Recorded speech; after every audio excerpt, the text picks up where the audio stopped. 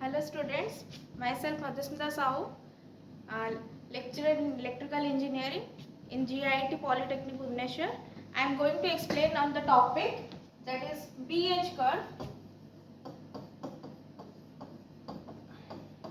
which comes under the subject circuit network theory.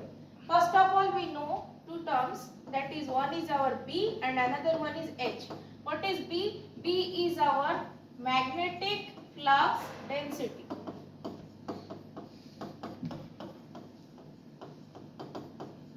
And what is H? H is our magnetic field intensity.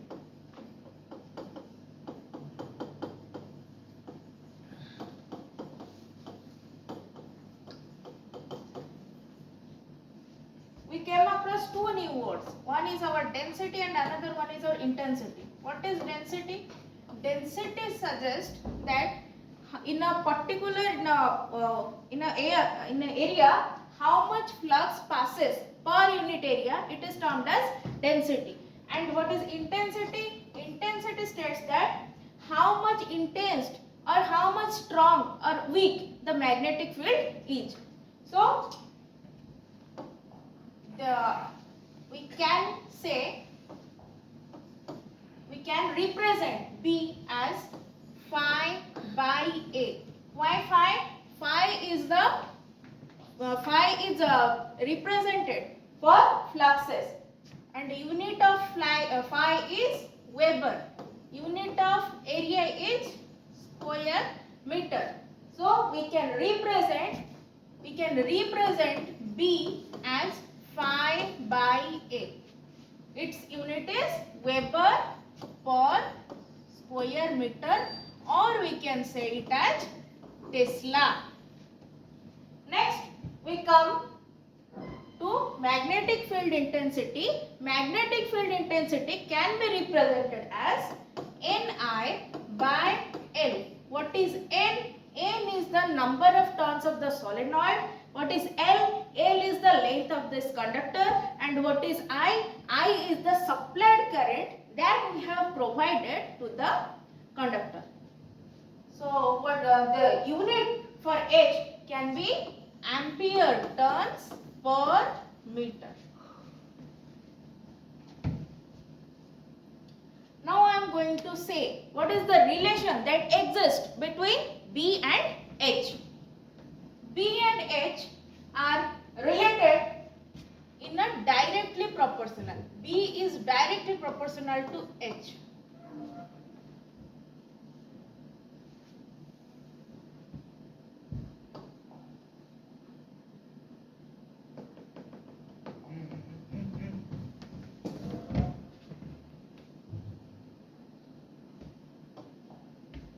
So for H, what can we write? For H, we have written that Ni by L. We can show it this by when we take a solenoid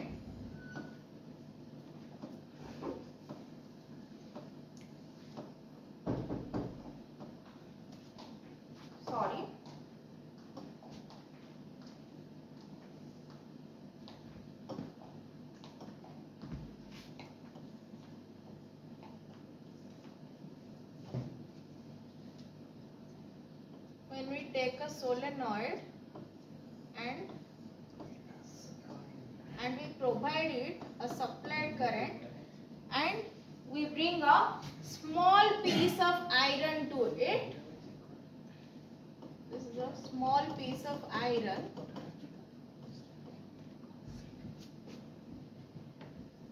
Here we can see N is our number of turns here.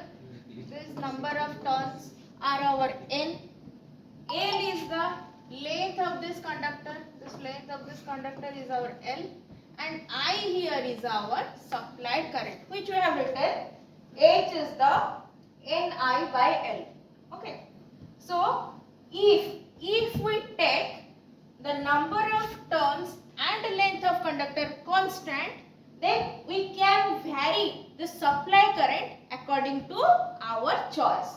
So we can directly say that when B is directly proportional to H, we can say that H is also directly proportional to I.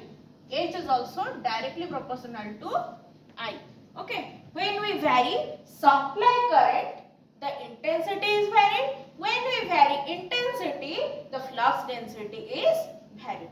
So, when we are going to study this, the property of B and H, we can plot a graph. Let's study the graph.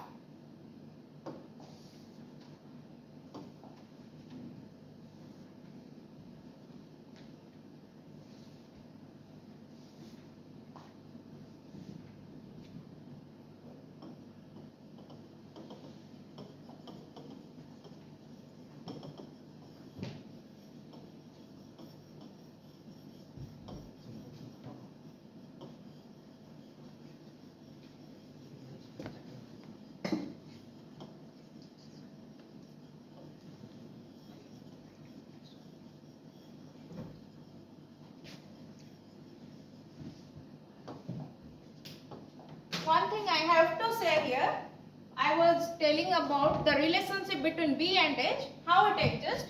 When B is directly proportional to H, the relation between B and H is B is equals to mu H. What is mu? Mu is our permeability. What is mu? Mu is our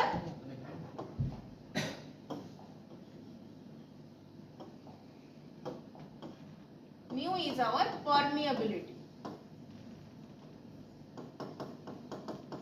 Permeability mu can also be stated as mu equals to mu naught into mu r. What is mu naught? Mu naught is our absolute permeability. What is mu r? Mu r is our relative permeability. So, what is the value of mu naught? Mu naught is 4 pi into 10 to the power minus 7.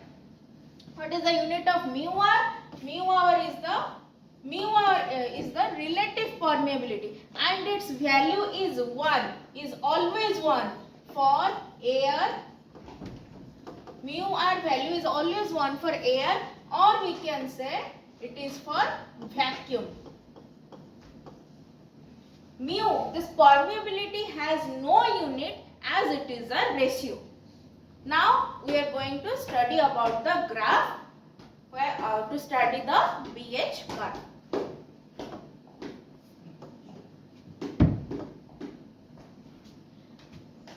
So before plotting the graph, we have taken two axes. One is our B and one is our H. Now let's write their units. B unit is Tesla or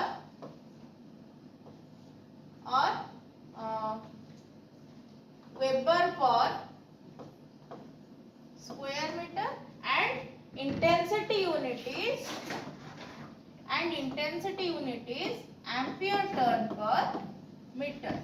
So as we have seen the relation here, so to let's start from origin, that is O. Let's start from origin. So the first we need to start from 0. See, here we provide the supply current. Gradually we start supplying the supplied current. When I will be increased from 0 to a certain value, when I will be increased, it will hamper what? It will directly hamper H. When I will be increased, then H will be increased. If H will be increased, then what will happen?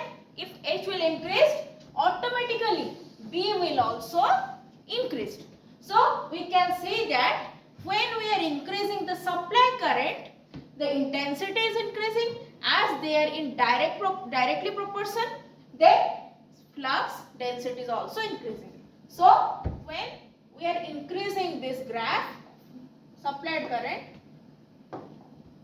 from 0 the graph goes directly straight. As it is directly proportional,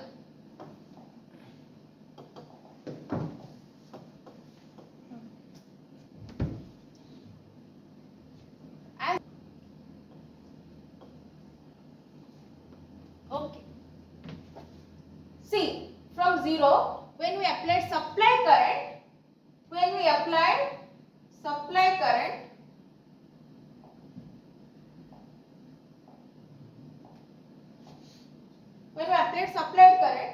intensity is increased and flux also increased. But a certain point will appear here where after increasing the supplied current, there will be no increase in flux density. Why? Because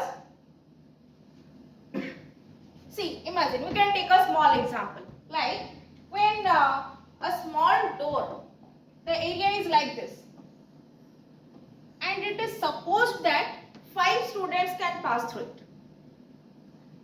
It is a different thing that 10 students wants to move out, but a certain time 5 students can go by this door. Similarly, what is this? A certain boundary is there. If the intensity is high, no doubt the intensity is high, but it has a certain limit, and this limit is known as our saturation. What is this?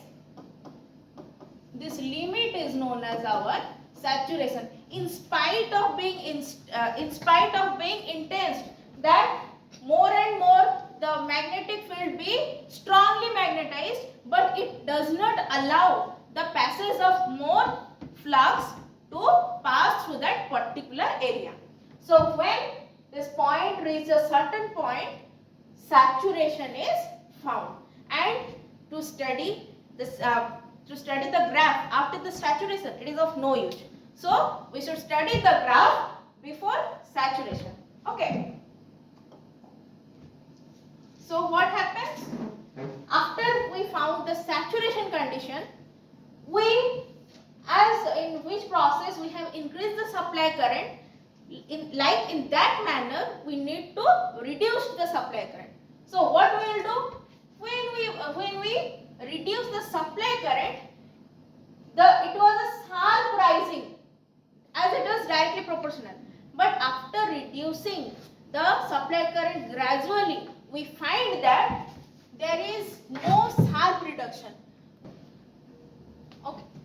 After sharp reduction, we found that the graph comes like this. The graph comes like this. As I have said, it is no use to study after saturation. I am erasing this part. Okay. So after increasing to saturation, when we decrease the supply current, the graph reduced like this. We found some amount of flux density here.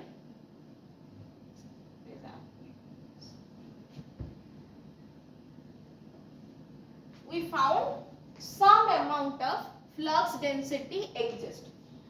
In spite of bringing the supply current to 0, initially when the supply current was 0, there was no flux density. But after attaining the saturation condition, we found that some amount of flux density exists. What is this density called? This is known as residual magnetism. The property of a magnetic substance to have the residual magnetism in it is called retentivity. This amount of magnetic flux is known as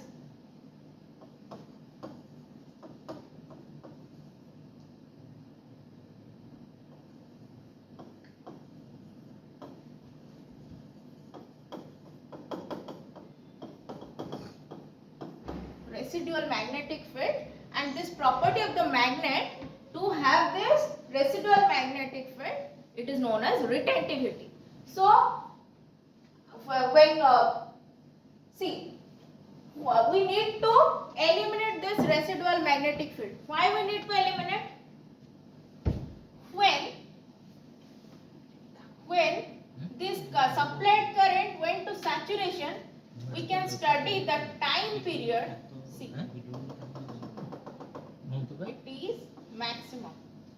But when it comes back after saturation, when we will attain this again will make current in its forward direction, then it will again go to saturation, but in a short span of time. You see, when we are making this current to attain saturation again, it will not start from zero. It will start from this, after the existing residual magnetic field. So it will quickly attain its saturation. Again it will come back. Again it will go like this. A certain moment comes when, after making our device on and off, the device will directly from its saturation, and we will find that our device is not working. Okay, so this happens. So to eliminate this type of problem, we need to eliminate this residual magnetism. We need to eliminate this residual magnetism.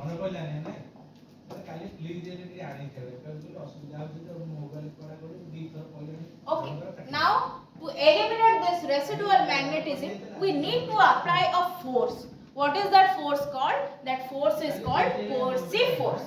To eliminate this residual magnetism, we need to apply a force. Here we can find that the flux density comes to 0. At this point we can find that the flux density comes to 0 after applying the coercive force. And the property of applying the coercive force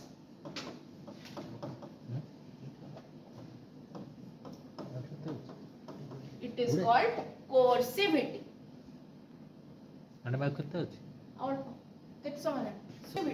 Okay. So in negative direction we have applied this.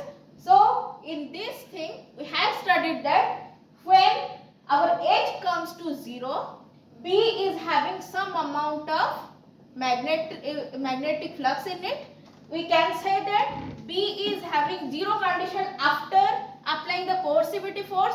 We can clearly say that B is lagging behind H. And this statement, mark this statement, the statement that is B lags behind H.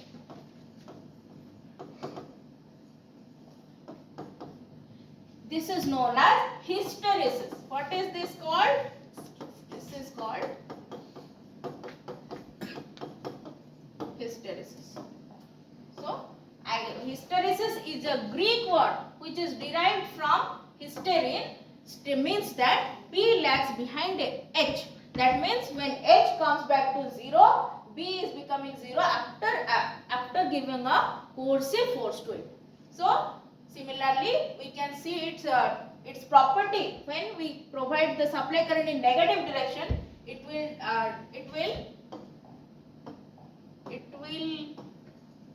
similarly show its property. Negative saturation will show. Then this is our negative residual magnetism. This is our negative residual magnetism. Then it will go here. Then it will go here. Okay. So you see how this graph is made.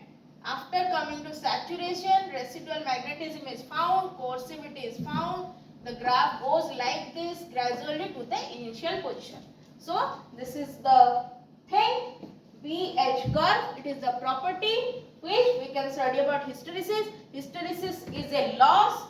It is treated as a loss where B lags behind